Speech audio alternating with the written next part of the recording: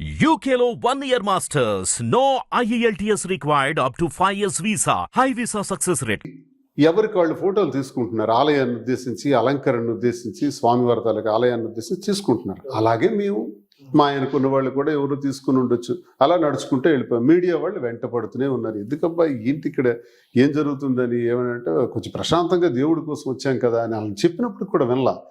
ఈమె కూడా వెళ్తుంటే మా వివాహ విషయాలు అడగటం, ఇది దేవాలయం, ఇక్కడ మాట్లాడకూడదు, ఇక్కడ ఇది సందర్భం కాదని వారలుగా చాలాసార్లు చెప్పాం. ఆయన గుచ్చి మరీ ప్రశ్నిస్తుండటంతో వివాదం కోర్టులో ఉంది కాబట్టి కోర్టులో తేలిన తర్వాతే మా వివరణ ఉంటుంది అని నేను చెప్పడం జరిగింది. తను అదే చెప్పడం జరిగింది. ఇలా ఒక డిఎస్పీ గారు, ఒక నిమిషం, ఒక డిఎస్పీ గారు వచ్చి మీరు ఇలా వాళ్ళకి అరెస్ట్ చేయకూడదని మీడియాని ఆయన పంపించారు. ఆయన పంపించేసి మీరు ఇక్కడ కూర్చోండి సార్ అని మా ఇద్దరికి చెప్పారు. దర్శనం అయిన తర్వాత మీరు వెళ్ళిపోవచ్చు అని చెప్పారు. ఆ విధంగానే మేము కూర్చున్నాం. నేననేది అంటే ఉదయం 5 నుంచి 7:30, 8 వరకు ఉన్నాను. అలాగే సాయంత్రం 4 నుంచి ఇంచుమించు రాత్రి 7:30, 8 వరకు ఉన్నాను. ఒకసారి టీటీడీ వారి దగ్గర క్లిప్పింగ్స్ ఉంటాయి, వీడియో సర్వేలెన్స్ కెమెరాస్ ఉంటాయి, అవి రప్పించుకోండి. ఆ ఛానల్స్ వాళ్ళు, విశ్లేషకులు అందరు రప్పించుకోండి, ఆర్టీఐ ద్వారా పెట్టుకోండి. అక్కడ ఎక్కడైనా సరే మేము రీల్స్ తీసినట్టు కానీ, అపచారం చేసినట్టు కానీ, ప్రీ వెడ్డింగ్ షూట్ చేసినట్టు కానీ, నేను బ్లూ షర్ట్ ఆమె రెడ్ సారీ, మేమిద్దరం ఫోటోలు తీసుకున్నట్టు కానీ, ఆలయ ప్రాంగణంలో ఒక్కటంటే ఒక్కటి ఉంటే ఏ శిక్షకైనా మేము రెడీ. అదే కదా మేము చెప్తున్నాం. మీరే అన్నారు కదా, ఇక్కడ ఏం తింటున్నాం, ఏం చేస్తున్నాం, కారు ఎక్కామా, కారు దిగామా, ఎందుకండి ఇవన్నీ? దువ్వాడ శ్రీనివాస్గా మీకు టార్గెట్ ఉంటే కూటమి పార్టీకి కానీ, కూటమి పార్టీలకు కానీ, లేకపోతే నేనంటే పడని వ్యక్తులకు కానీ, 5 సంవత్సరాలు అధికారంలో ఉన్నాను, ఎమ్మెల్సీగా కూడా మేము ఉన్నాం. నేనేమైనా అవినీతి చేశానా, దోపిడీలు చేశానా, భూకబ్జాలు చేశానా, అధికార దుర్వినియోగం చేశానా, లంచం తీసుకున్నానా? తీయండి, తీసి నా పైన కేసులు కట్టండి, నన్ను జైల్లో పెట్టండి, నేను చేసిన నేరాలన్నీ ప్రజలకు తెలియజేయండి. ఇది దమ్ము అంటే, ఇది సిద్ధాంతపరంగా ప్రతిపక్షాన్ని ఎదుర్కోవడం అంటే. అంతేగాని నేను తిరుపతి వెళ్తే మీకు వచ్చిన నష్టం ఏంటండి? గతంలో మీరు మాట్లాడే మాటలు అంటే అధికారంలో ఉన్నప్పుడు కొన్ని మాట్లాడారు, కొంతమంది అంటే ఇది 3 పెళ్లిళ్ళ గురించే మాట్లాడారు. సో అప్పుడు మీరు ఆడే మాటలు ఇప్పుడు మీరు చేస్తున్న పనులకి వాళ్ళు అలా నెగిటివ్ గా చేస్తున్నారు అనుకోవచ్చు కదా? చేయొచ్చు, తప్పేం లేదు. నేను పవన్ కళ్యాణ్ అనేటటువంటి వ్యక్తి ఈ రాష్ట్ర చరిత్రలో నాకు తెలిసి 2 రాష్ట్రాల్లో కూడా విమర్శలు అనేది ఘాటుగా విమర్శించడం అనేది ఆయనే ప్రారంభించారు. నాకు తెలియదు. నేను ఇప్పుడు 25 సంవత్సరాల నుంచి రాజకీయాల్లో ఉన్నాను. 2000 సంవత్సరం నుంచి ఉన్నాను. 2008 నుంచి పవన్ కళ్యాణ్ని మనం రాజకీయాల్లో చూసాం. ఆయన 2014 అని చెప్తారు, కాదు 2008లో నేను పీఆర్పీలో ఉన్నాను. రాజ్యంలో నేను పాదయాత్ర చేసేటప్పుడు చిరంజీవి గారి పిలుపు మేరకు నేను వెళ్ళాను. చిరంజీవి గారు nice gentleman, very nice gentleman Chiranjeevi గారు. నేను ఎప్పుడు ఆయనకు గౌరవిస్తాను. వెళ్ళిన రోజు నుంచి పార్టీ, కాంగ్రెస్ పార్టీలో కలిపే వరకు చాలా గౌరవంగా, చాలా విలువనిచ్చి నాకు చూశారు, టికెట్ ఇచ్చారు.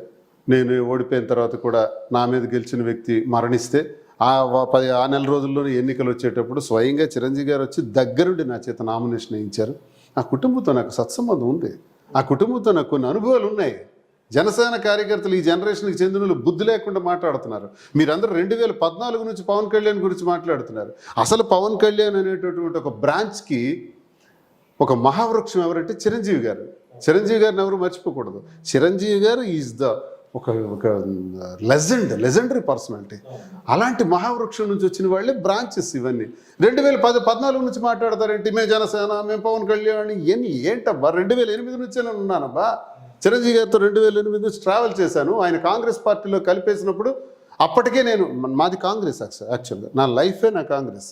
అలాంటిది కాంగ్రెస్లో కొన్ని కారణాల వల్ల ఒక ఎమ్మెల్సీ ఎన్నికల్లో ధర్మాన ప్రసాదరావు గారి నిర్ణయంకి వ్యతిరేకంగా నేను పనిచేశానని నాకు పార్టీ నుంచి సస్పెండ్ చేశాను. అప్పటికి నేను జిల్లా పరిషత్ వైస్ చైర్మన్. సస్పెండ్ చేసిన కారణంగా ఆ పార్టీకి నేను దూరం అవ్వాల్సి వచ్చింది. ఆ తర్వాత నేను పాదయాత్ర చేశాను కాన్స్టిట్యున్సీలో. చిరంజీవి గారు నన్ను పిలవటం జరిగింది. చిరంజీవి గారితో ఉన్నాను. చిరంజీవి గారు పార్టీని కాంగ్రెస్లోనే కలిపేస్తుంటే నేను కాంగ్రెస్లోకి వెళ్ళలేని పరిస్థితి. ఎందుకంటే గతంలో కాంగ్రెస్ నుంచి నాకు ఇబ్బంది వచ్చింది కాబట్టి, ఆ లీడర్స్తో ఇబ్బంది వచ్చింది కాబట్టి నేను వెళ్ళలేని పరిస్థితి. ఆ పరిస్థితుల్లో నేను ఇండిపెండెంట్గా ఉండిపోయాను. ఆ తర్వాత జగన్మోహన్ రెడ్డి గారు రాజకీయాల్లోకి రావటం, పార్టీ పెట్టడం, రాజశేఖర రెడ్డి గారు మరణానంతరం మళ్ళీ పాతగా ఏ రాజశేఖర రెడ్డి గారు అయితే నాకు జిల్లాకు పరిచయం చేశారో, దువ్వాడ శ్రీనివాస్ అని జిల్లాకు పరిచయం చేసిందే డాక్టర్ వైఎస్ రాజశేఖర రెడ్డి. ఆయనతో నేను అత్యంత అనుచరుడిగా ఉండేవాడిని. ఆయన ఆశస్సులతోనే ఇలా ఈ స్థాయికి వచ్చిన నేను కుమారుడు జగన్మోహన్ రెడ్డి గారితో కూడా ఇప్పుడు కంటిన్యూస్గా అదే ఒక గొప్పగా వ్యక్తిగా నాకు ఒక దైవంగా నేను భావిస్తూ జగన్మోహన్ రెడ్డి గారితో ఉంటున్నాను. అంతేగాని నేను అన్నది ఏంటంటే సార్, ఇంత రాజకీయ జీవితంలో ఇది నా పర్సనల్ ఇష్యూ. నా పర్సనల్ ఇష్యూని అలా పరుషంగా మాట్లాడే అలవాటు ఉన్న పవన్ కళ్యాణ్ గారు మంత్రులకు చెప్పులు చూపించడం, చెప్పించి కొడతానని, చెయ్యిందని చేస్తా, దగ్గరకు వస్తే కొట్టేస్తానని నాకు వాళ్ళు ఎవరేం చేయలేదు సార్. ఆయన అన్న మాటలు. తర్వాత జగన్మోహన్ రెడ్డి గారిని నువ్వెంత, నీ స్థాయి ఎంత అనటం, ఇవి నాకు చాలా కోపాన్ని తెచ్చింది. జగన్మోహన్ రెడ్డి గారు నా వ్యక్తిగతంగా నాకు కోపాన్ని వచ్చింది. జగన్మోహన్ రెడ్డి గారి గురించి మాట్లాడితే నాకు తట్టుకోలేక చాలా గట్టిగా కౌంటర్స్ ఇచ్చాను, గట్టిగా ఇచ్చాను. ఇస్తాను కూడా, అప్పుడు ఇవ్వటమే కాదు ఇప్పుడు ఇస్తాను, సిద్ధాంతపరంగా ఇస్తాను, సిద్ధాంతపరంగా మాట్లాడతాను, రాజకీయంగా మాత్రం మాట్లాడతాను, వ్యక్తిగతంగా నేను పోను. ఆ దశలో మీలాగే ఒక విలేకరు నన్ను అడిగారు, ఇలాగా పవన్ కళ్యాణ్ 3 పెళ్ళిళ్ళ గురించి మాట్లాడతారు, కరెక్ట్ కాదు అని నేను అన్నాను ఆ రోజు. ఎస్, అదే మనిషి ఇప్పుడు నాకు మీరు అడుగుతున్న ప్రశ్న ఏంటంటే, మీరు ఆ రోజు పవన్ కళ్యాణ్ విమర్శించారు కదా, ఇప్పుడు నేను నాకున్న పరిస్థితులు, నాకున్న నేపథ్యం, నాకున్న కుటుంబ గొడవలు ఇవన్నీ పూసగొచ్చినట్టు ప్రతి ఒక్కరికి చెప్పాను. అందరికీ తెలిసిందే, మీకు తెలిసిందే. ఆ కుటుంబ నేపథ్యంలో మాకు వచ్చిన గొడవల వల్ల మేము ఈ నిర్ణయం తీసుకోవాల్సి వచ్చింది. న్యాయపరంగా మేము తీసుకున్న నిర్ణయం నేరం కాకపోయినప్పటికీ సంఘపరంగా ఇది తప్పేని, తప్పని పరిస్థితుల్లో మేము ఈ తప్పు చేయాల్సి వచ్చింది, మమ్మల్ని క్షమించండి అని ప్రజలను కోరుకోవటం జరిగింది. ఈ పరిస్థితుల్లో మరి మీరు చేసిన తప్పు కాదా? ఓకే, పవన్ కళ్యాణ్ చేసినా నేను చేసినా తప్పే, ఎవరు చేసినా ఇది తప్పే. నేను నిర్భయంగా చెప్తున్నాను, తప్పు చేశాం కాబట్టి ఈ తప్పుని సమాజంలో మేము తప్పుగానే మిగిలిపోతుంది కాబట్టి దీన్ని వ్యక్తిగతాలకు ఎవరు వెళ్ళకండి. జనసేన కార్యకర్తలకు కానీ ఎవరికే నేను కోరేది అదే. మీరు వ్యక్తిగతంగా వెళ్ళి లేనిపోని ట్రోల్స్ చేసి ఇష్టానుసారంగా నేను ఒక మీరు ఈ వీడియో మీరు పెడతారు రేపు చూడండి, కింద వచ్చేవన్నీ జనసేన బ్యాచ్, టీడీపీ బ్యాచ్ నుంచి ఐటీడీపీ నుంచి వస్తున్నాయి. అప్పుడు వాళ్ళకి నేను ఖండన ఇవ్వాలి కదా, నేను ఖండించాలి కదా. ఎలా ఊరుకుంటాను? ఖండించకుండా ఖండిస్తాను. నేను ఇది ఈ మాటలు అంటుంది ఎవరైతే నన్ను విమర్శించారో, ఎవరైతే విశ్లేషకుల పేరుతో చెప్పుకొని ఇష్టానుసారంగా చెప్పేస్తున్నారో వాళ్ళ సొంతానికి, ఏ ఛానల్స్లో అయితే వ్యతిరేకంగా మాట్లాడుతున్నారో వాళ్ళకి సమాధానంగా ఇది నేను చెప్పాను. కాబట్టి పర్సనల్ ఇష్యూస్కి ఇంకొద్దు. చూసుకుంటే దువ్వాడ శ్రీనివాసరావు అనే వ్యక్తి అంటే గొడవలు ఉన్నాయి, తనకి ఎవరు కౌంటర్ ఇస్తే వాళ్ళకి రీకౌంటర్ ఇస్తారు, ఇవన్నీ అందరికీ తెలిసిందే. బట్ ఈ ఒక 1.5 ఇయర్ నుండి చూసుకుంటే ఇలాంటిది అంటే మాధురి అనే ఒక వ్యక్తి వల్ల మీకు ఇలాంటి ఇష్యూ వస్తుంది, లేకపోతే ఇలాంటి ట్రోల్స్ వస్తాయని ఎప్పుడైనా అనుకున్నారా? లేకపోతే మళ్ళీ మనకి ఎందుకు ఈ ట్రోల్స్ సో అని సైడ్ అవుదామని ఎప్పుడైనా అనిపించిందా? సార్, నేను ఒక నిర్ణయం తీసుకున్నప్పుడే ట్రోల్స్ గురించో విమర్శల గురించో ఆలోచించే తీర్మానం కాదు. ఒక నిర్ణయం మనకి ఫస్ట్ మనిషికి ఈ భూమి మీద వ్యక్తిగతం ఉంటుంది. వ్యక్తిగతంగా నేను ఎలా ఉండాలి, ఎందుకంటే ఎవరైనా ఎంతకాలం ఉంటాం, పుట్టిన కొద్ది రోజుల తర్వాత అందరం పోతాం. పోయే ఈ టైంలో ఎలా ఉండాలనేది నిర్ణయం తీసుకుంటాం. ఆ నిర్ణయంలో భాగంగా నేను తీసుకున్న నిర్ణయం ఒకవేళ కరెక్ట్ కాదని ట్రోల్స్ వస్తే అది సమాజం వాళ్ళ విమర్శకుల తాలూకా బాధ. దానికి నేను తలొంచి, దానికి నేను భయపడి, ఆ విమర్శలకు భయపడి నేను తలొగ్గే పరిస్థితి లేదు. నా నిర్ణయం ఇది, నా కుటుంబ పరిస్థితులు ఇవి, నా వ్యక్తిగత పరిస్థితులు ఇవి, ఈ పరిస్థితులను బట్టి నేను ఈ నిర్ణయం తీసుకోవాల్సి వచ్చిందని స్పష్టంగా తెలియజేశాను. అందుకే చెప్తున్నాను, నేను చొక్కా విప్పాను కాబట్టి నా పుట్టుమచ్చలు ఏంటో అందరికీ తెలిసాయి. నన్ను విమర్శించేవాడు దమ్ముంటే వంశీ ఉన్నాడు మహాచానులు, వాడు ఏదో చిన్నప్పటి నుంచి ఒక దైవాంశ సంభూతుళ్ళ స్వర్గం నుంచి దిగొచ్చినట్టు, భూమి మీద ఏ నేరమూ చేయనట్టు మాట్లాడతాడు. ఒకసారి వంశీ చరిత్ర తీనా, వంశీకి ఈరోజు చెప్తున్నాను మీ ఛానల్లో, మరి మీకు చెప్పొచ్చో లేదో, నేను చెప్పాల్సింది చెప్తున్నాను. వంశీ నువ్వు ఇలాగే మాట్లాడాలనుకుంటే నీ చరిత్ర తీసి నేను ఓపెన్ అయిపోతాను, ఎక్కడికైనా రా అని నాకు సవాల్ చేస్తున్నాడు. నువ్వెక్కడికైనా నేను రెడీ అంటున్నాడు. ఒక మీడియాలో ఉన్నటువంటి వ్యక్తివి నువ్వు ఒక సవాల్ చేస్తున్నావంటే నీ ఎంత నీచ సంస్కృతి. నీవు మాకంటావే, మేము మాట్లాడితే మాకు వెంటనే కామెంట్ చేస్తారు, మరి నువ్వెలా అంటున్నావు? నీ చేతిలో మహాఛానల్ ఉందని అందులో పెట్టి నన్ను ఛాలెంజ్ ఇస్తావా? ఓకే, ప్రాణాలకే భయపడినటువంటి వ్యక్తిని నేను, పోలీస్ తూటాలకు వెళ్ళి ఎదురుకెళ్ళి ఉద్యమాలు చేసిన ఆఫ్టర్ ఆల్ వంశీ లాంటి వాళ్ళు నేను ఖాతరు చేస్తానా? వంశీ నిన్ను నేను విమర్శించాను, మీడియాకి కాదు. వంశీకి ఏదైనా ఈ కౌంటర్ ఇస్తుంది వంశీకి. ఆయన ఏమంటాడు, మీడియా అంటే ఆయనకి చిన్న చూపు, మీడియాని విమర్శిస్తాను. నువ్వెవడు? నువ్వు are you representative for entire media in the nation or state? నువ్వేమైనా నీ పేరు చెప్తే అది మీడియాకి నువ్వు రిప్రజెంటేటివా? నువ్వెవరువా? ఒక ఛానల్లో నువ్వు ఉన్నావు, నువ్వు మీడియాని ఎత్తుకెళ్ళిపోతావు. మీడియా అంటే మాకు గౌరవం. మీడియా అంటే మేము చాలా చిన్నప్పటి నుంచి నేను మీడియాని నా రాజకీయ జీవితంతో సమానంగా నేను అందరినీ గౌరవంగా కలుపుకొని వెళ్ళేవాళ్ళం. నేను ఎక్కువ కాలం మీడియా పీపుల్ ఇదే తిరుపతి వెళ్ళానంటే ఇష్టానుసారం దరిద్రం చేశానండి తిరుపతిలో నేను. అబ్బా వచ్చాడండి సంస్కారవంతుడు, ఈ నీతివంతుడు, ఈ బాబా గారు వచ్చారు, బాబా స్వర్గం నుంచి దిగి వచ్చిన బాబా వంశీ. నేను ఏంటి దరిద్రమే, దేనికైనా రెడీ అంటారు కదా. నీ దరిద్రం ఇప్పమంటాడా వంశీ? ఇప్పాలా చెప్పు, నువ్వు సవాల్ చేయి నెక్స్ట్ మా ఛానల్లో. రేపు నీ చరిత్రను తిప్పేస్తాను, చూద్దాం. అప్పుడు నువ్వెంత, నేను వస్తా నీ స్టూడియో ఎదురుగా నిలబడతా. నువ్వే టైం చెప్పడం, డేట్ చెప్పడం. నీ స్టూడియో ఎదురుగా హైదరాబాద్లో వచ్చి ఒక్కడనే నిల్చుంటా. కమాన్. ఎవరి గురించి మాట్లాడుతున్నావు నువ్వు? దువ్వాడ శ్రీనివాసన్ మర్చిపోకు. నా జీవితంలో ఏదో వ్యక్తిగత కారణాలు ఉన్నాయి, వ్యక్తిగత సమస్యల వల్ల నేను నిర్ణయం తీసుకున్నాను. అందుకు నేను తలదంచాల్సి వస్తే ఇది తప్పు అని భావించే సమాజం, తప్పు అని అడిగే సమాజానికి ఎస్ తప్పే, నాకు తప్పలేదు, నేను చేశానని వాళ్ళు క్షమాపణలు కోరుకుంటున్నాను, నన్ను మన్నించమని ప్రజలకు కోరుకుంటున్నాను. నువ్వెవరవయ్యా నన్ను ప్రశ్నించడానికి? నన్ను ఛాలెంజ్ చేస్తావు? ఎప్పుడు నువ్వు ఉంటావు చెప్పు, నేను వస్తా స్టూడియో ఎదురుగా. ఇది వంశీతో పాటు వంశీలా ఇలా మాట్లాడే వాళ్ళందరికీ కూడా నేను ఇది తెలియజేస్తున్నాను. మీరు దయచేసి నాతో మాట్లాడాలనుకుంటే నాకు ఈ జీవితం గురించి మాట్లాడండి. వ్యక్తిగతానికి మాత్రం దయచేసి రావద్దు, దీన్ని ఇంక ఇష్యూ చేయొద్దు. ఇక్కడతో ఈ మ్యాటర్ని క్లోజ్ చేద్దాం. అంటే కొంతమంది ఏమంటున్నారంటే దువ్వాడ శ్రీనివాసరావు అనే ఒక వ్యక్తికి ఫేమ్ ఉంది, ఆస్తి ఉంది, దాన్ని చూసి మాధురి గారు వచ్చారు. సో కొంత టైం వచ్చిన తర్వాత ఈవిడ కూడా అర్ధంతరంగా వదిలేసి వెళ్ళిపోతారా అని అంటారు. సో దానికి ఏంటి ఆ క్వశ్చన్ కి ఆన్సర్ నేను చెప్పకూడదు, ఆ క్వశ్చన్ కి ఆన్సర్ కూడా శ్రీనివాస్ గారే చెప్పాలి. నా దగ్గర ఏ ఆస్తి లేదు. నేను ఇప్పుడు కుటుంబానికి నా ఆస్తులన్నీ రాసిచ్చేసాను, మీకు తెలుసు. ఈ ఇల్లు నేనే కట్టాను. కానీ ఇల్లు కట్టక ముందు చెప్తాను, ఇల్లు కట్టక ముందు ఎన్నికల్లో రకరకాలుగా ఒక 6-8 నెలల్లో నాకు 2 సంవత్సరాల నుంచి భోజనాలు అన్ని ఏర్పాటు చేసిన మాధురియే ఎన్నికల్లో కూడా చాలా ఖర్చు పెట్టారు. ఈ ఇంటి నిర్మాణంలో కూడా కొంత అవసరమైతే ఖర్చు పెట్టారు. ఈ ఇంటి నిర్మాణం రిజిస్ట్రేషన్కి సంబంధించి 60 లక్షలు పార్వతీశం గారు అనే వ్యక్తికి ఇవ్వాలి. అంటే ఇంచుమించు 3-3.5 కోట్ల వరకు దీని మీద అప్పు ఉంది. ఈ అప్పున్న పరిస్థితిలో నా వాణి వచ్చి ఇంటిని కూడా రాసిచ్చి, అంటే రకరకాల భావాలతో వచ్చారు ఆమె. ఒకటి తండ్రి దగ్గరికి పిల్లలు వస్తే డోర్ తీయడా, రెండో రోజు వచ్చి ఆమె తలుపులు విరగ్గొట్టి బ్లేడ్స్ పెట్టి కట్ చేసి ఎంటర్ అవ్వాలని చూశారు. 4వ రోజేమో నువ్వు ఇక్కడ టెక్కల్లో ఉండొద్దు, 5వ రోజు నువ్వు ఎమ్మెల్సీగా రాజీనామా చేయి, 6వ రోజు పార్టీ ఇతను సస్పెండ్ చేయాలి, 7వ రోజు కలిసి ఉంటాం, 8వ రోజేమో మళ్ళీ ఇష్టానుసారంగా నువ్వు ఎమ్మెల్యేగా పోటీ చేయడానికి వీల్లేదు, టెక్కల్లో ఉండటానికి లేదు. ఇలాంటి వాదనలతో వచ్చి ఇల్లు కూడా ఆమె తీసుకోవాలని చూస్తే నేను ఒకటే చెప్పాను, అన్ని ఆస్తులు రాసిస్తాను, ఇల్లు ఒక్కటి మాత్రం రాయలేను, నా తదనంతరం వరకు ఉండండి, నా తదనంతరం మీకే వస్తుందని చెప్పాను. అది వినిపించుకోకుండా ఇప్పుడే రాయాలని అల్లరి పెట్టేటప్పుడు మరొక వైపు ఈ అప్పులు ఉన్నాయి, ఈ అప్పుల్ని ఎలా క్లియర్ చేస్తాను, అందుకు తప్పని పరిస్థితిలో మాధురికి ఇల్లు రాశాను.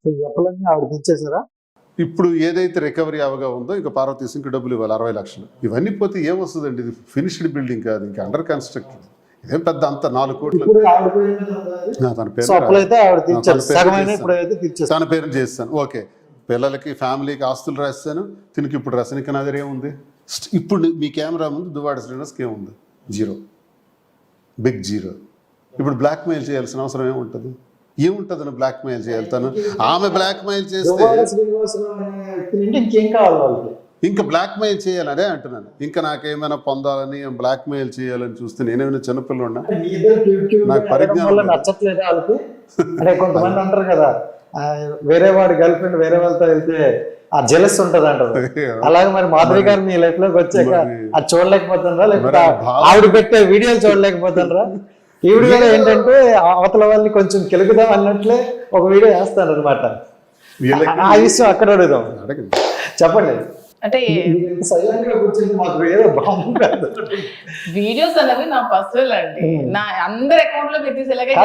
అంటే మీరు చేసే పనులు అవ్వచ్చు, మీరు చూపించే ప్రేమ, అంటే దువ్వాడ శ్రీనివాసరావు మీరు చూపించే ప్రేమ వాళ్ళకి నచ్చట్లేదు అంటారా? అంతే, మేబీ అంతా ఉండొచ్చు, నచ్చకపోవచ్చు. శ్రీనివాస్ గారి మీద ఎనిమిటీ అవ్వచ్చు, రాజకీయంగా ఎదుర్కోలేక ఇలాంటి నీచమైన పదజాలంతో ఇలా ట్రోల్ చేయొచ్చు, అంతే. అంతకుమించి ఏముంటుందండి? జలసే, ఇక్కడ జలస్ ఒకటే ఉంటుంది. అండ్ ఇంకోటి మీరు చెప్పారు, నాకు ఫస్ట్ దేవుడు అంటే ఎంత ఇష్టమో జగన్మోహన్ రెడ్డి గారు అండ్ శ్రీనివాస్ గారు అంటే అంత ఇష్టం అని అన్నారు. అవును. అంటే ఏంటి మీరు అంత ఇష్టం రావడానికి ఏం చేశారు ఆయన? ఎందుకంటే ఆయన ఇప్పుడు చెప్తున్న మాటల్లో నేనేం చేయలేదు ఇప్పటి వరకు, ఆవిడకి రూపాయి కూడా ఇవ్వలేదు, ఆవిడే నాకు పెట్టింది అంటున్నారు. నాకేం చేయక్కర్లేదండి, వాళ్ళు పేద ప్రజలకి వాళ్ళు ఆలోచించే విధానం, వాళ్ళు చూపించే విధానం, అవి అవి చూసి ఇన్స్పైర్ అయ్యాను. చాలా పెద్ద పెద్ద నాయకులు చేశారు కదా, మీరు నేను శ్రీనివాసరావు గారికి దగ్గరగా కనెక్ట్ ఉండి అవ్వడం శ్రీనివాస్ గారిని చూసాను కదా. అంటే దగ్గర ఉండడం వల్ల దగ్గర అయ్యారంటారా? దగ్గర అవ్వలేదు, మీరు అభిమానించి దేవుడిగా ఎందుకు అభిమానిస్తారంటే నేను చెప్తున్నాను. అదే. దేవుడిగా అభిమానిస్తారంటే క్వాలిటీస్ చూసి నచ్చాను అని మరి చెప్తున్నాను. దేవుడిగా అభిమానించే వ్యక్తి ఇప్పుడు భర్తగా స్వీకరించాలనుకుంటాను, మరి అది కరెక్టా? కరెక్ట్ అంటే మీకు ఆల్రెడీ చెప్పాం కదా, మా పరిస్థితులు అలా మమ్మల్ని దగ్గర చేసే. సో ఇది ఇలా మేము కంటిన్యూ అదే అవుతాను. ఈ వాణి అనే ఒక వ్యక్తి ఈ మ్యాటర్ కెలకపోతే ఇంకా ఎన్ని రోజులైనా తెలియదా ఈ విషయం? మీరు ఇంకా అలానే ఎందుకు ఉంటారా? తెలియదు, మీకు తెలియకపోవచ్చు. మా నియోజకవర్గం అంతా తెలుసు 2 years నుంచి ఆమె ఏం చేసిందో, ఏం చేయడం వల్ల మేము ఇలా దగ్గర అయ్యామా అనేది అందరికీ తెలుసు. మీకు ఈ 2 నెలల నుంచి మీ మీడియాకి, మిగతా ఈ 2 స్టేట్ల ప్రజలకి ఈ మధ్యన తెలిసింది. అంతేగాని ఇది 2 years నుంచి నడుస్తున్న వ్యవహారం. అది కూడా ఆమె డైవర్స్ కావాలి, సెటిల్మెంట్ కావాలనుకున్న తర్వాత ఒక తోడు కావాలని దగ్గర అయ్యాము. అంతేగాని ఎవరికి అన్యాయం చేసి ఎవరికి దీంట్లో మా వల్ల ఎవరికి అన్యాయం జరగలేదు. జనరల్ గా 2020 ఎలా ఉందంటే ఇప్పుడు అంటే ఈ పర్టికులర్ 20 years తర్వాత నుండి లవ్ అనేది సిన్సియర్గా ఉండే లవ్ అనేది అక్కడ కనిపించలేదు. మనకు తెలిసిన అంటే యంగ్ స్టూడెంట్స్ అవ్వచ్చు ఎవరైనా, బట్ మీ ఇద్దరు బాండింగ్ చూసుకుంటే ఆయన మీ మీద చూపించే ప్రేమ కావచ్చు, మీరు ఆయన మీద చూపించే కేర్ కావచ్చు, మాకేదో 16 ఆ టైంలో ఉన్నట్టు ఫీల్ అనిపిస్తుంది. ఎలా అసలు కనెక్ట్ అయింది మీ ఇద్దరికి ఆ బాండింగ్ అసలు అర్థం అవ్వట్లేదు. ఏంటిది అట్రాక్షన్ అని చెప్పుకోవడానికి, ఇన్ఫాచ్యుయేషన్ అని చెప్పుకోవడానికి మేము చిన్నపిల్లలం లేవు కాదు. అవన్నీ. ఆస్తులు అంటే నాకన్నా ఎక్కువ తనకే డబ్బు ఉంది. మేము చిన్నపిల్లలం కాదు. మా ఇద్దరి మధ్యన ఉన్న ప్రేమ గాని బంధం గాని చాలా పవిత్రమైనవి, చాలా స్వచ్ఛమైనవి. అంతే. సో ఈ ప్రేమను ఏ విధంగా చూసుకోవచ్చు మనం? అంటే ఈ స్వచ్ఛమైన ప్రేమలాగే చూసుకోవచ్చా? అంటే స్వచ్ఛమైన ప్రేమగా మాత్రమే చూసుకోండి. అదే మా మధ్యన ఉన్నది. ఎక్కడ తప్పు పడతారంటే నాకు పెళ్ళయింది, ఆమెకు పెళ్ళయింది కాబట్టి తప్పు పట్టే అవకాశం వచ్చింది సొసైటీకి. కానీ ఇలా మనసులు మమ్మల్ని అలా కలిపి ఏదో ఒక బాండింగ్, గత జన్మలో లింక్ ఏదైనా ఉండకపోతే ఇవన్నీ జరుగుతాయి. ఏదైనా కర్మ ఫలితమే అంటాం కదా. మనం చేసే ప్రతి అడుగు కూడా కర్మ సిద్ధాంతమే. నేను కర్మ సిద్ధాంతాన్ని నమ్ముతాను. జనరల్గా సార్ అంటే ఇలాంటి వర్డ్స్ మాట్లాడచ్చు లేదు కానీ అంటే యంగ్ ఏజ్ లో ఉంటే ఇది ఏదో ఒక ఫిజికల్ రిలేషన్షిప్ కోసం ఇలా అంటారు సార్. అంటే ఈ ఏజ్ లో ఏంటంటే ఇప్పుడు మీరు అన్ని చూసేసారు, ప్రపంచం మొత్తం చూసేసారు. ఇలాంటి ఫిజికల్ రిలేషన్షిప్ లో కావాలంటే మీ చుట్టూ అంతా ఉంటాయి. బట్ ఈ టైంలో మీకు వచ్చిందంటే ఆ లవ్ ఎందుకు నాకు అవసరం లేదు, ఆమెకి డబ్బు ఉండి హోదా ఉండి అన్ని ఉండి ఆమెకి అవసరం లేదు, నాతో ఉండాల్సిన అవసరం లేదు. దయచేసి అందరూ అర్థం చేసుకోవాల్సిన విషయం. ఏదో ఫిజికల్ రిలేషన్ కోసమే అనుకుంటే ఇలా ఉండాల్సిన అవసరం లేదు, ఎలా అయినా ఉండొచ్చు. కానీ అలా అని నేను నా జీవితంలో ఎవ్వరూ మహిళలు నా దగ్గర రాలేరా, నాకు ఎంతమంది స్నేహితులు లేరా, ఎంతమంది పరిచయాలు లేవా, ఎప్పుడు అలాంటి మచ్చలేదు నా పైన. దువాడ శ్రీనివాస్ ఫలానా మహిళతో ఇలా బిహేవ్ చేశారని ఒక మహిళనే చెప్పొచ్చు, లేకపోతే ఒక అపవాదనే ఉండొచ్చు. అది ఎక్కడ మీరు టెక్కలు మొత్తం తిరగండి, ఇదేంటంటేనండి అంతే వేళ విశేషం విధిరాత, అది అలా ఆ రకంగా రావాల్సిన పరిస్థితి వచ్చింది ఏంటో. ఇదంతా దైవలీల. ఇంకోటి సార్ ఇప్పుడు మనకి నేను వెంకటేశ్వర స్వామిని నమ్ముతాను, వెంకన్న స్వామి లీల ఇదంతా. అందులో నిజమైన ప్రేమ ఏజ్ లోనే ఉంటుంది, ఇంతకు ముందు ఉన్నది నిజమైన ప్రేమ ఎలా అవుతుంది? కరెక్టే. కానీ మరి సార్ చూసుకుంటే ఎక్కడ ఎన్ని ఇంటర్వ్యూలో చూసినా చిన్నపిల్ల సార్ అంటారు. సో ఎందుకు అంత నాది 50 ఏళ్ళు, 34. అతనికి నేను చిన్నపిల్ల కనిపిస్తున్నానేమో, నేను చిన్నపిల్లని కాదు. ఇప్పుడు నాకు 59 సంవత్సరాల వయసులో ఇక్కడ రానున్నటువంటి, ఇప్పుడు ఆరోగ్యంగా ఉన్నాను, ఓకే, బీపీలు షుగర్లు ఏ డిసీజ్ లేదు. అదే నా క్వశ్చన్ కూడా అదే సార్. యాక్చువల్లీ అంటే ఇప్పటి వరకు ఏంటంటే మనకి 20 నుండి 50 వరకు ఓకే ఎలాగైనా సాగిపోతుంది, ఏ తిన్నా అరిగిపోతుంది. సో 50 తర్వాత ఉండేదంటే క్రిటికల్ టైం అనమాట. సో సడన్ గా ఒక టైంలో ఏదైనా జరిగిన అలాంటి టైంలో కూడా మీరు తోడు ఉంటారా? ఎందుకంటే కెమెరాల గురించి అడుగుతున్నాం.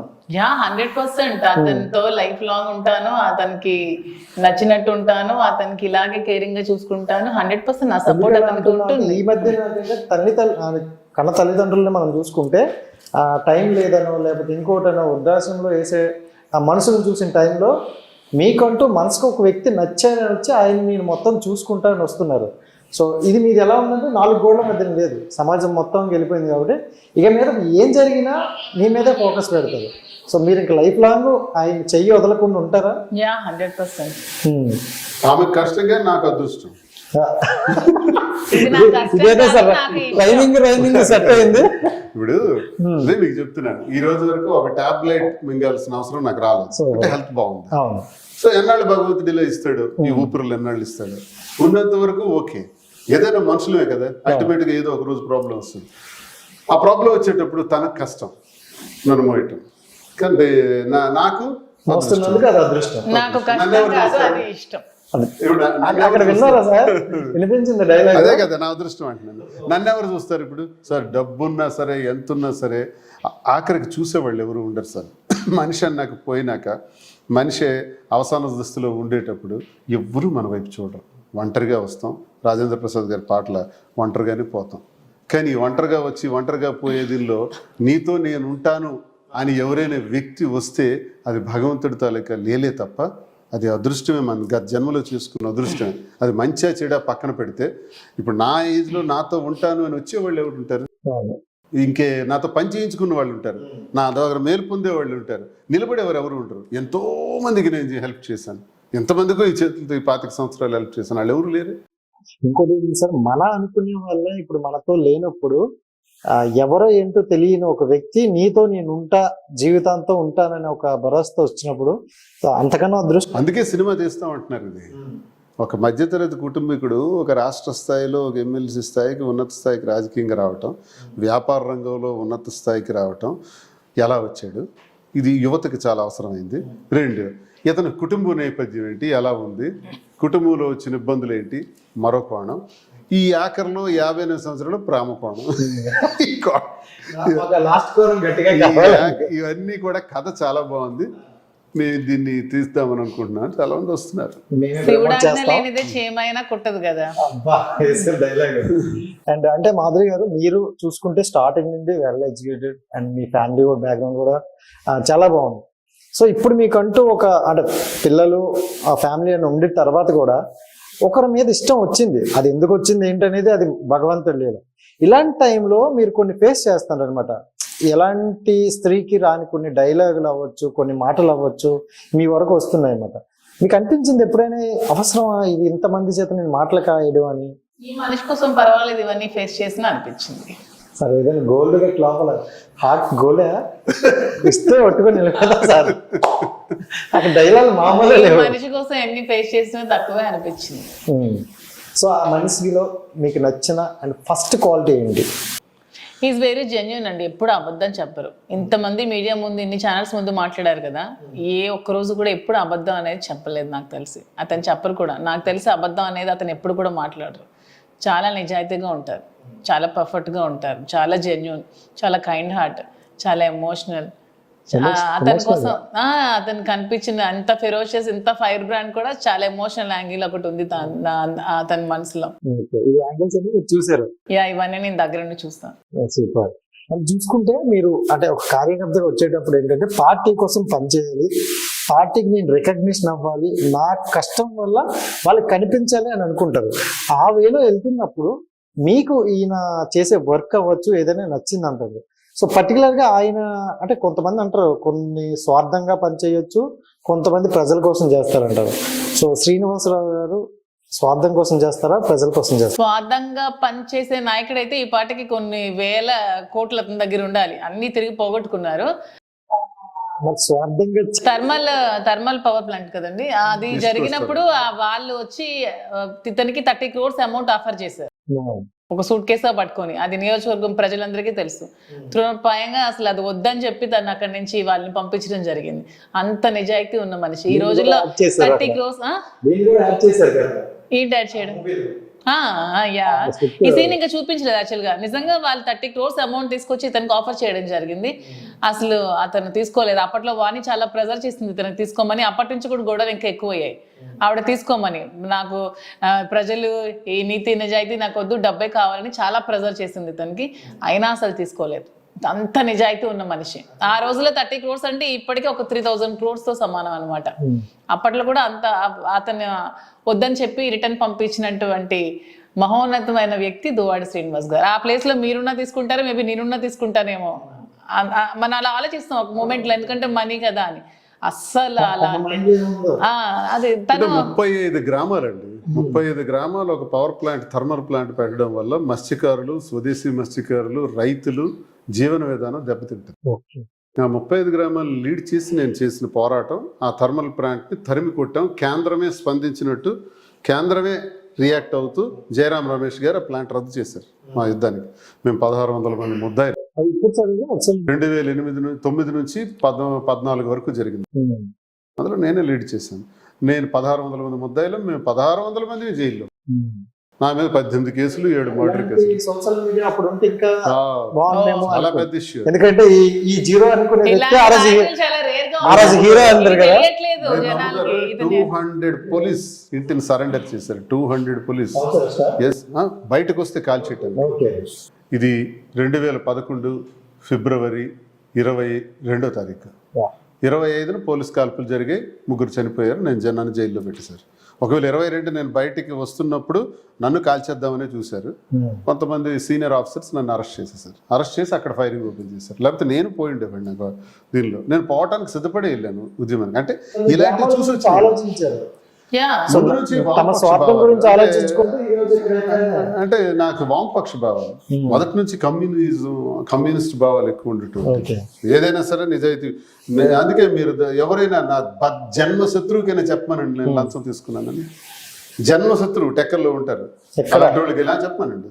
లంచం తీసుకున్నానని కానీ, లేకపోతే అధికార దుర్వినియోగం చేశానని కానీ, ఒకటి దగ్గర తిన్నానని కానీ చెప్పమనండి. ఇది నాకు రావు. ఇంకా నా జీవితంలో అదే నా అప్పట్లో credibility. సోషల్ మీడియా ఉంటే ఇప్పటికీ చరిత్రలో ఒక పేజ్ ఉండేది. అదే నేను అదే అంటున్నా కదా. అదే క్రెడిబిలిటీ. ఆ స్టోరీ మీద సినిమా కూడా తీశారు అప్పుడు నారాయణమూర్తి అంటే గారు, పీపుల్స్ అవసరం రాని చోట సోషల్ మీడియా ఉంది, అవసరం అయిన చోట అదే లేదంటారా? అంటున్నా, నా మంచి పనులు అతను చేసినటువంటి ఇవి ఎవరు చూపించట్లేదు.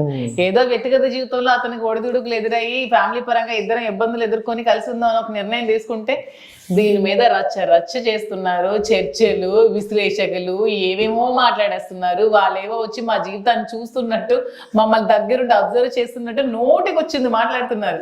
ఏంటేంటో విశ్లేషకులు అంటే ఏంటేంటో చెప్పేస్తున్నారు. చాలా ఫన్నీగా అనిపిస్తున్నాయి నాకు చూస్తుంటే. కామెడీ నవ్వుకుంటున్నాను నేను. వాళ్ళ ఇంట్లో ఏం జరుగుతుందో వాళ్ళకి కనిపించదు. వాళ్ళ మొగుడి పిల్లలు ఏం దెబ్బలాడుకుంటున్నారో వాళ్ళకి కనిపించదు. వాళ్ళ మొగుడు బయటకు వెళ్ళాక ఏ అమ్మాయితో వెళ్తున్నాడో దానికి కనిపించదు.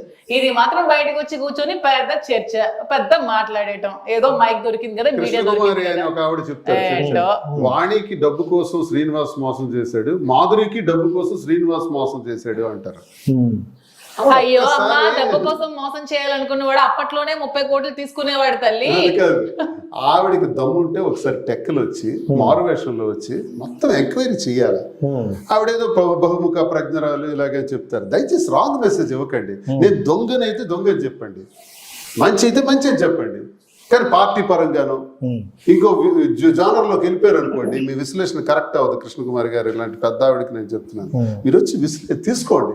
దువ్వాడ శ్రీనివాస్ లంచమే తీసుకొని వ్యక్తి కింద ఈ నియోజకవర్గంలో ఉంటే, ఆఫ్టర్ ఆల్ ఒక స్త్రీ ధనం కోసం అసలు ఆలోచించేవాడే. 91వ సంవత్సరంలో నాకు 3 కాలేజీలు ఉండేవి. అదే దాని గురించి అడగాలి సార్. యాక్చువల్ ఏంటంటే, అంటే మీ సతీమణి గారు ఏమన్నారంటే, ఒక లుంగితో వచ్చారు, తనకి దువ్వాడ శ్రీనివాసరావు అనే వ్యక్తికి రూపాయి కూడా లేకపోతే మేము మా నుండి ఇంత సంపాదించారని మీకు తెలుసు, అది విన్నాం కూడా. విన్నాను. సో అంటే జీరోగా వచ్చిన అతన్ని హీరోగా చూపించడం ఇప్పుడు మా మీద వ్యతిరేకంగా ఉన్నారు. వాణి 93 లుంగి షర్ట్ తో వచ్చానన్నది కదా. నా వివాహం 94లో వివాహం జరిగితే 91కే నాకు కాలేజీలు ఉన్నాయి. అప్పటికి నాకు 26-27 సంవత్సరాలకే నేను కాలేజీ వ్యవస్థలు స్టార్ట్ చేశాను. ప్రైవేట్ జూనియర్ కాలేజ్ 3 ఈ శ్రీకాకుళం జిల్లాలోనే పాతపట్నం, మెలియాపుట్టి, సారవకోట, పలాసలో ఒక ట్యూటోరియల్స్. అంటే 650 మంది విద్యార్థులు. నా సొంతం. అది ఎంక్వైరీ చేయండి, అది కూడా ఎంక్వైరీ చేయండి. శ్రీనివాస్ ఈ 3 కాలేజీలు, పలాసలో ఉన్న ఆల్ఫా ట్యూటోరియల్ ఎవరిది, దీని మేనేజ్మెంట్ ఎవరు అని మీరు పాతపట్నం వెళ్ళి అడిగినా, మెలియాపుట్టి వెళ్ళి అడిగినా, సారవకోట వెళ్ళి అడిగినా ఇప్పుడు కూడా చెప్తారు ఈ కాలేజీలు ఎవరు అని. నేను చెప్తే అబద్ధం కింద ఉంటారు కదా. నేను టీచర్, నా దగ్గర పనిచేసిన టీచర్సే ఆ విద్యా సంస్థలు వాళ్ళకి ఇచ్చేసాను, మీరే రన్ చేసుకుంటాను. తర్వాత నేను గ్రానైట్ ఫీల్డ్కి వచ్చాను 99లో. అప్పటి వరకు నేను 91 నుంచి రన్ చేసిన విద్యా సంస్థలు వాళ్ళకి ఇచ్చేస్తాను. వాళ్ళు రన్ చేసుకుంటున్నారు కూడా ఇప్పుడు కూడా. నాతో పనిచేసిన స్టాఫ్, నా దగ్గర చదివిన విద్యార్థులు చాలా మంది ఉన్నారు. లేదు, బిజినెస్ మార్చాను. ఈ విద్యా సంస్థలను ఇలా కంటిన్యూ చేయటం వల్ల నాకు ఎందుకు పెద్దగా ఫీల్డ్ మార్చుదామని గ్రానైట్ ఫీల్డ్కి వెళ్ళాను. ఇది ఆల్ఫా జూనియర్ కాలేజ్ అని, ఇది మెలియాపుట్టిలో. ఇది ఒక కాలేజ్. 91కే పెట్టాను. అప్పుడు నేను, నా స్టాఫ్. ఇది ఎప్పుడండి? 91వ సంవత్సరం. నా మ్యారేజ్ 94 అండి. అంటే 94 నేను లుంగి షర్ట్ తలుగుంటాను. 94లోనంటే ఎప్పుడో మా మామగారు రాఘవరావు అదే వాణి తండ్రి 350 బిల్లు ఉంటే లాడ్జిది కట్టాడంటే అప్పుడు నేను సనగలు తిన్నానంట. ఇలాంటి మాట్లాడి ఒకవేళ ఓకే అనుకుందామండి, పోనండి వాళ్ళ వెర్షన్కి వెళ్దాం, వాళ్ళ వల్ల నాకు రాజకీయం వచ్చేసింది. కృష్ణకుమార్ గారు అదే అంటారు, వాళ్ళ వల్ల రాజకీయం వచ్చేసింది. రాఘవరావు ఎమ్మెల్యేవో ఎంపీవో మంత్రి ఏమీ కాదు కదా, ఆఫ్టర్ ఆల్ ఒక ఎక్స్ఎంపీపీ. అలాంటి ఎక్స్ఎంపీపీలు నా చేతులతో నేను ఎంతో మందికి చేసి పెట్టేసినాను ఈ 25 సంవత్సరాల్లో. ఎక్స్ఎంపీపీగా మీ రాజకీయ నాయకులకు వస్తుంది. ఒకవేళ మీరు అనుకోండి వారసత్వం రాజకీయంగా ఇచ్చేస్తే వచ్చేస్తుందే, కష్టపడాలి. రాత్రనక పగలనక 25 సంవత్సరాల కష్టమే ఈ రోజు నా ఈ స్థితి. ఒకవేళ ఇచ్చేస్తే వచ్చేస్తుంది అనుకోవటం చాలా పొరపాటు. రజనీకాంత్ గారు ఒక సినిమాలో అంటారు, ఆ కష్టపడందే ఏది రాదు, వచ్చినా నిలబడదు అని. కాబట్టి బెండు తెగిపోద్ది. ఇది ఇచ్చిస్తూ వచ్చేసింది కాదు. వాణి కుటుంబంలో 25 మంది ఉన్నారు, పెద్ద పెద్ద ఆఫీసర్లు ఉన్నోళ్ళు వీళ్ళందరూ ఉన్నారు. ఏం వాళ్ళు రాజకీయాల్లో వచ్చి రాణించలేదు. వాణి కుటుంబంలో 100 కోట్లైన క్షణతృణపాయంగా పెట్టగలిగినటువంటి మరుదు ఉన్నాడు, ఏం రాలేదు. నాకెందుకు వచ్చింది? నేను పెట్టలేను డబ్బులు, నాకు ఆస్తి కూడా లేదు. ఈ రోజుకి నాకు ఎందుకు వచ్చింది? ఒకటి ఇస్తే రాదండి, మన కష్టం మీద వస్తుందండి. కానీ వాళ్ళు ఏం చెప్పుకుంటారు, ఒకవేళ వాళ్ళు ఇచ్చుంటే రాఘవరావు పెద్ద జమీందారు అంటాడు కదా, ఆఫ్టర్ ఆల్ 350. ఒకవేళ ఉన్నతమైన ఇలాంటి దిక్కుమాలను మాట్లాడతారా? అల్లుడి మీద కలుపుకోవటానికి వచ్చామంటారు, ఒకటే కుటుంబం కలుపుకోవటానికి వచ్చామంటారు. కలుపుకోవటానికి వచ్చే వాళ్ళ భాష ఇదా? నీకు 350 బిల్లు కట్టాను 94లో, లేదు నువ్వు లుంగి షర్ట్తో వచ్చావు. ఇది కలుపుకునే విధానమా? వాణి విడగొట్టుకునే విధానమా? భర్తను కలుపుకోవాలనుకునేటప్పుడు 2000 గత 2 ఏళ్ల క్రితమే నాకు టికెట్ ఇవ్వండి, లేకపోతే నేను ఊరేసుకుని చేస్తాను, ఈయనకి నాకు విడాకులు ఇచ్చేయండి అని అధిష్టానం దగ్గర ఒత్తిడి తెచ్చేవే. అలాగే 2004లో కూడా, ఇది 24, 2004లో కూడా రాజశేఖర రెడ్డి గారి ద్వారానే నేను ఈ జిల్లాకు పరిచయం అయ్యాను. దువ్వాడ శ్రీనివాస్ అని పరిచయం చేసింది రాజశేఖర రెడ్డి గారు, రాఘవరావు కాదు. నేను చిన్నప్పుడు విద్యార్థిగా ఉండేటప్పుడే రాజశేఖర రెడ్డి గారి దగ్గరికి వెళ్తుండేవాడిని. సార్ పాదయాత్రకు వచ్చేటప్పుడు నేను గ్రాండ్గా ఏర్పాట్లు చేశాను. నాకు హరిశ్చంద్రపురంలో టికెట్ ఇచ్చారు ఆయన, అప్పుడు పాత నియోజకవర్గం.